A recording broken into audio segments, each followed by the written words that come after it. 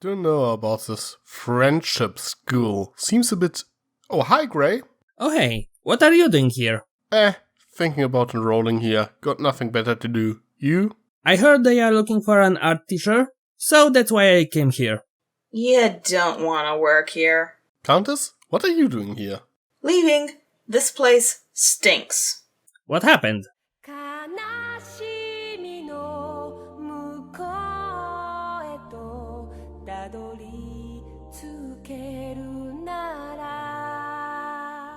I don't want to talk about it.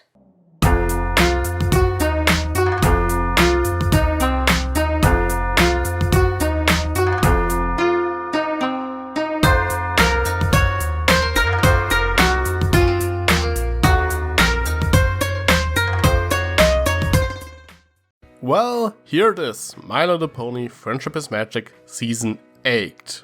Yeesh, I feel old. And the cat hits his midlife crisis.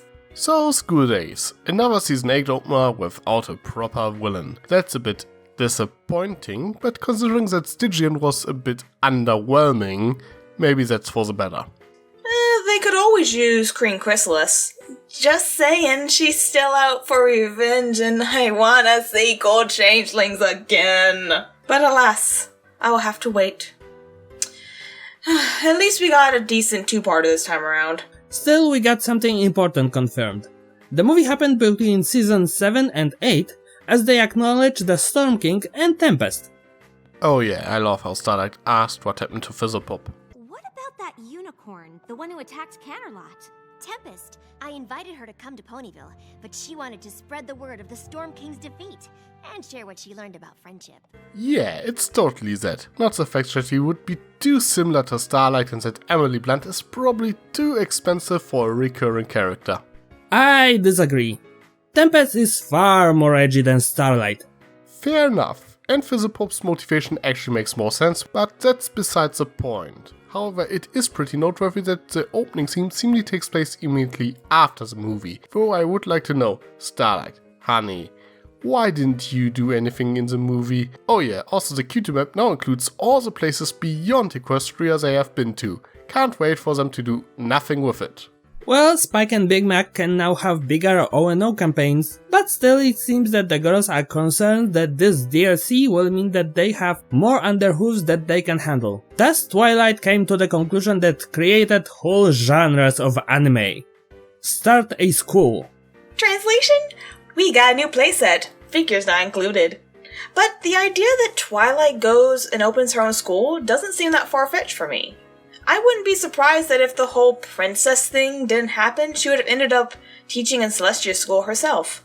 Maybe a class once in a while, but frankly I'm not a big fan of the idea that being the principal of a school is seemingly now her full-time job. It goes back to the whole issue everyone has with Twilight. She doesn't really have any duties as a princess. So far she has only organized a couple of events. She doesn't need to be a princess for any of that. Now I do think it's pretty awesome that she is using her school project to strengthen their relationship to their new allies by inviting changelings, dragons, yaks, hippogriffs and even griffins to learn at her school. But at the same time I think it's a bit disappointing that she had Celestia doing all the busy work. According to her, she had Celestia contacting all the leaders, which seems a bit strange to me, considering that she knows all of them personally. I think it would have worked better if she and her friends had taken care of that themselves, like Adi flying to Griffinstone, Pinkie Pie to Yakistan, and so on. I'm sure she and those were busy building the place. Sending out a few letters would have been the easy part of the job. Not to mention, in a storytelling standpoint, it would have seemed redundant to show the characters going to each leader because they'd end up doing that in the episode anyway. I don't think that it would have been necessary to show it. A throwaway line like, "Can you send a letter to the Yaks, Pinkie?" would have worked just as well. But that's just a pet peeve of mine. Celestia still needs something to do. I mean, she's still running Equestria, but that's besides the point. It seems we actually do have an evil force in this season opener. Dun dun dun! The educational system, or the EEA to be precise. Yeesh. Are they supposed to be the Board of Education or the Volturi? Wait a second. You read Twilight? No, but I know a lot of people who did and shared. To be honest, as someone who had to deal with education system from the organization side, the strictness of rules and the sheer number of paperwork that comes with it, the book that Twilight presents is not inaccurate. It's usually spread to a multiple of books.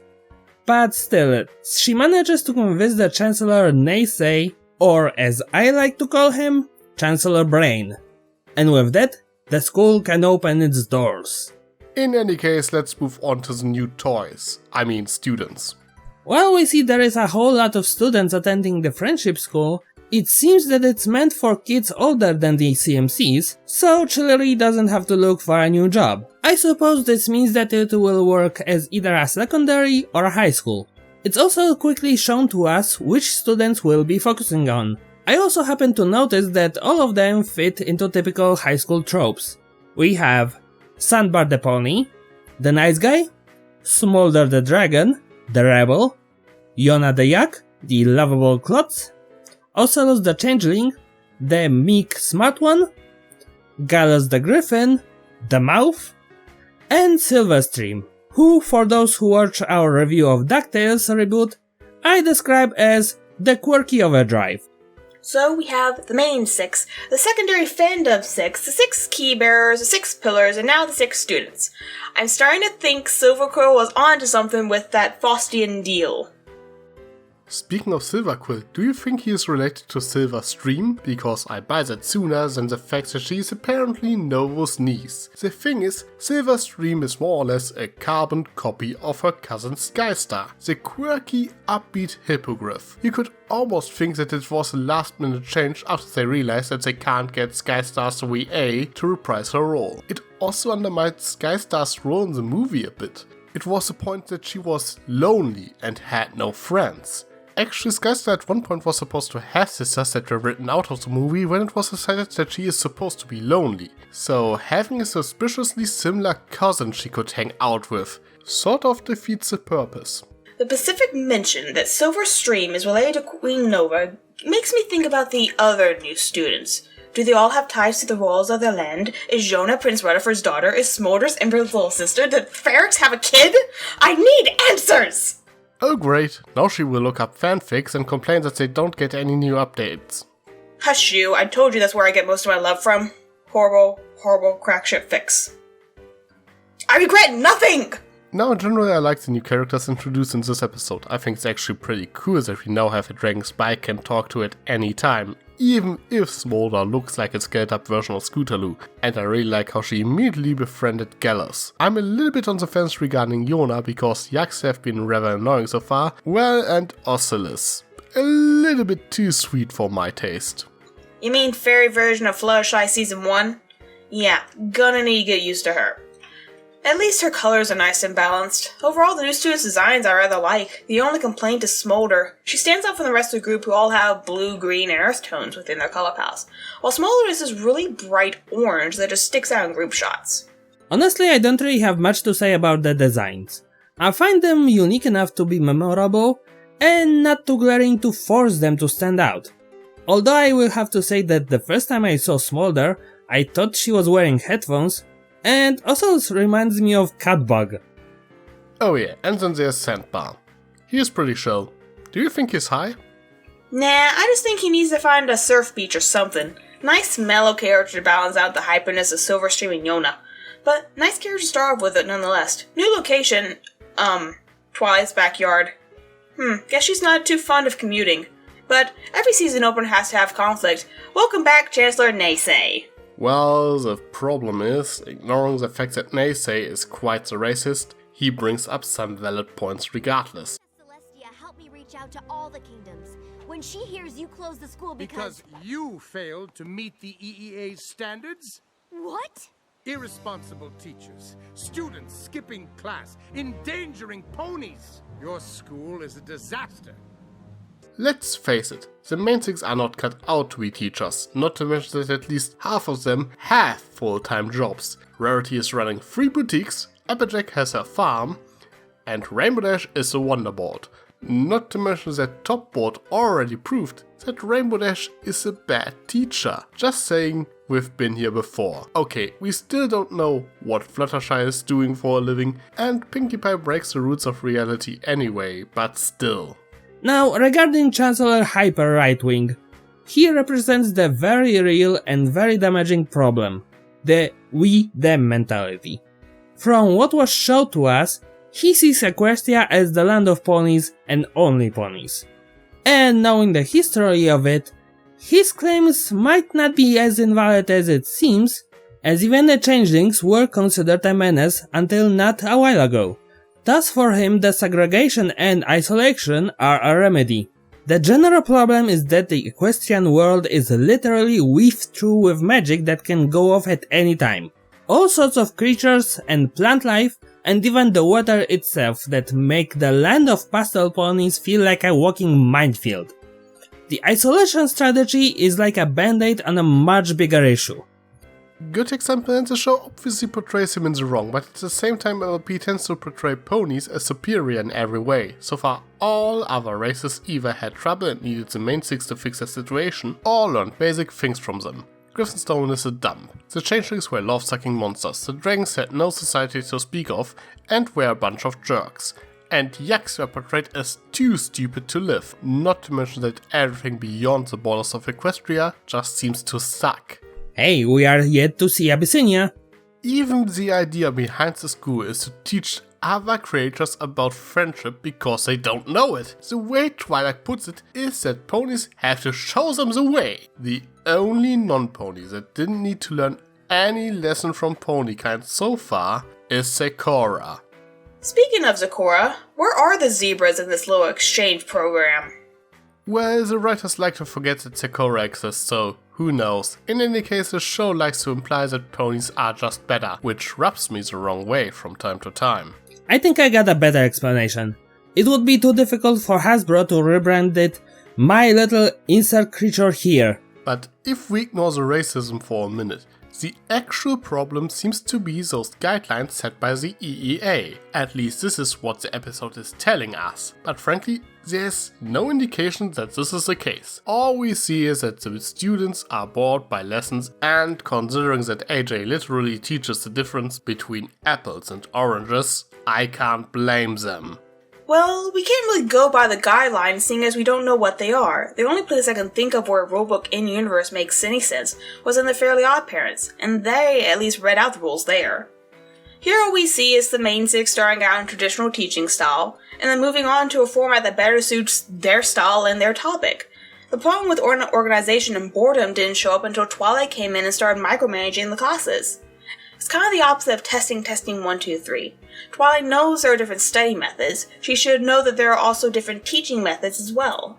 The problem is that they already take it with Starlight that you can't really teach friendship in a direct manner like this back in season 6. Something that Twilight realized, so the entire idea of a friendship school was a bit stupid from the get-go. You can't really teach a lesson in honesty in a classroom. The idea of cultural exchange makes a lot more sense and is actually pretty good, but I think it would have been more effective to teach normal school stuff while encouraging that exchange. Teaching the elements themselves makes little sense, I would have to agree, but I don't think that's what they're really doing. Ocella's talked about what she learned in Fluttershy's class, and that gives me the thought that she's teaching more on animals than actually kindness itself. Yeah, so maybe thinking of friendship school as a secondary school or even college makes more sense. Students learning from different topics like flight, agriculture, textiles and designs, creature care, advanced magic, and party planning, an environment where creatures from all over come together to learn from each other. I don't think the loyalty or generosity lessons are literally full-on classes on these specific subjects, or that these are the only thing that the main six would be teaching. If anything, these could be lectures on a specific topic or example, similar to what Twilight did in the Season 6 finale at Celestia School, while the main lessons would be more practical. Not to mention the off-the-roll classes remind me a lot of what is called the Montessori method, where students learn by interaction and on-hand experience rather than raw knowledge. Regardless how you look at it though, the episode did a poor job explaining what is wrong with those guidelines. At least for me, it seems to be more a problem that inexperienced ponies taught classes for the first time in their life. And as much of a jerk Daze is, he has a point when he calls the main six unqualified. If you want to criticize the school system, you have to pick an example and show what is wrong with it. For example, standardized testing would be a great way to tackle this issue, but this episode doesn't do it. Students being bored is nothing out of the ordinary. Another case where the episodic nature of the show causes problems. Too much info trying to be set up in 20 to 40 minutes, and not giving it time to breathe. A true season-long arc would easily fix several of the problems we brought up here. Still, they have to work with what they got. I like to remind everyone that this show is meant for the younger audience who doesn't really care about all the red tape that goes into running a school, rather than things they can relate to, in this case having classes that are more fun and classes that are just boring. However, it is plausible that at least some of these inconsistencies will get ironed out over the season, like the men 6 managing to teach in the school and still holding the jobs, or at least give it some more context. Then again, about 70% of the plot holes tend to be explained in fanfiction. Well, to make a long story short, after Daze came to the conclusion that he can't approve of Twilight's friendship school, he closes it down, which obviously makes Twilight really sad. And to make matters worse, the foreign exchange students have all gone missing, and the delegates blame the ponies for it. But in truth they all just hang out in the castle of the two sisters. So that place still exists? I swear that place gets smaller every time we see it. We haven't seen that place since season 4, not counting the Nightmare Moon timeline. By now I actually accepted Silverquist's version as canon, but yeah, the students befriended each other when they decided to skip classes, even though they fighted at first. Now they really want to hang out with each other, which is rather sweet, and it shows that there is at least some merit to Twilight's idea. Agreed. Wonderful seeing characters getting to know each other and building relationships, especially if these characters are future leaders. But it seems that at this point, the future leaders and Sandbar are more interested in pillows and cupcakes. But then, the bush woolies attack! Actually, these are called Patwatchies. But yeah, I also think they should have been G4 bush woolies, they'd be more badass than the original. Apparently they are based on Native American folklore and they are nasty little creatures. So it checks out. But it seems that before the students can get skewered, they are saved by the main 6 and asked to return to the school. Twilight, after having a talk with her friends and in particular Starlight, who seems to be the one who always knows best lately, came to the conclusion that they don't need the EEA's approval and decides that they open their school regardless, even if that means that a degree from that school is pretty much worthless. But hey, it's about friendship and it should still boost foreign affairs. They managed to fight off the Patwatchies and press their students in the process. When Twilight removes Daze's spell, he shows up and complains, but even when Twilight and Celestia explain the actual idea behind the friendship school to him, he still behaves like a racist jerk. And he actually got off scot-free in the end, not learning anything in the process. Celestia might want to work on how ponies and her government look at foreign policy, because having the head of your educational board insult pretty much every single one of your foreign allies in one go? Not a good thing, son, But yeah, big meeting is gone, school is open, and we even get to annoy Ember with a song. Overall, seems like a good day. Still, you have to give it to Twilight that she both went against her own propensity to hold rules about everything, and she exercised her status as a princess to supersede the governing body. Also big props to Starlight for giving her the push that she needed to do so. On another note, this reminds me of how Stan Lee went against the Comic Code Authority in the 70s because they wouldn't let him print a PSA comic. So he just decided, we'll just print it without a CCA stamp. Plus I have a feeling that he'll get his due later on. Right now they have a school year to look forward to. It is still irritating that he sticks with his point of view even when Princess Celestia herself calls him out. But regardless, the one thing that bothers me about this is that it was again Starlight who served as a voice of reason. Even though I don't really agree that there is a need to abandon the guidelines completely. It just seems that Starlight is always a pony to be right at the end of two-parters. But I suppose we might as well wrap things up now.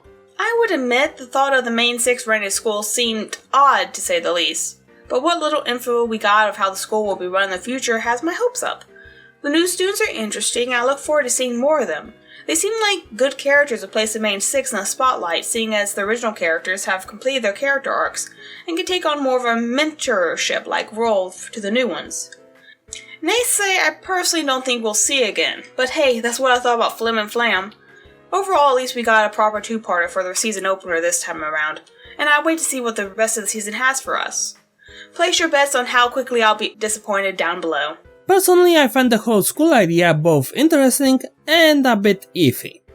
This is a move that allows for a wide range of new interactions and character development, not to mention integration of other races into the main plot. However, at the same time, "there's a school for that" is one of the most common tropes in media, both East and West. Not to mention, it may draw focus from old potential story threads that were previously established to focus on the new one. So I can't exactly tell at this point if it's a safe play going this way, or do they have plans. As for Chancellor Daze, it really doesn't bother me that he got to walk off, because, like I said, he represents a problem that cannot be fixed with a magical beam or a song. Tolerance has to be built up in order to have long-term effects. Therefore, I'm looking forward to see what is to follow. I was skeptical of the whole friendship school thing from the get-go, as they already established back in season 6 that there are no conventional methods to teach friendship, but I'm a big fan of the cultural exchange aspect. Even though the show is called My Little Pony, I always love to see some non-ponies in major roles, so having an entire cast of non-ponies for future episodes is an exciting thought. The episode also had some good comedy, though the songs are a bit forgettable. However, I think the greatest problem of this two-parter is that it wants to tackle too many topics at the same time. The debate about the EEA guidelines is pretty much pointless. They bring them up only to say that they don't need them. I think this episode would have been much stronger if it had focused on the prejudice elements. Daze is a straight up racist, and even the students had to overcome some prejudice first before they became friends. Having a large part of the conflict revolving around the classes are boring, distracts more than anything else. But overall it was a decent start for this new season. I wonder what else will change. Change you say? Countess, hold him tight. Why? Just do it! Okay, dude. Why did you take the fourth tail on my butt? It hurts. Sly as a fox, you got me under your spell. But you know I'll never tell.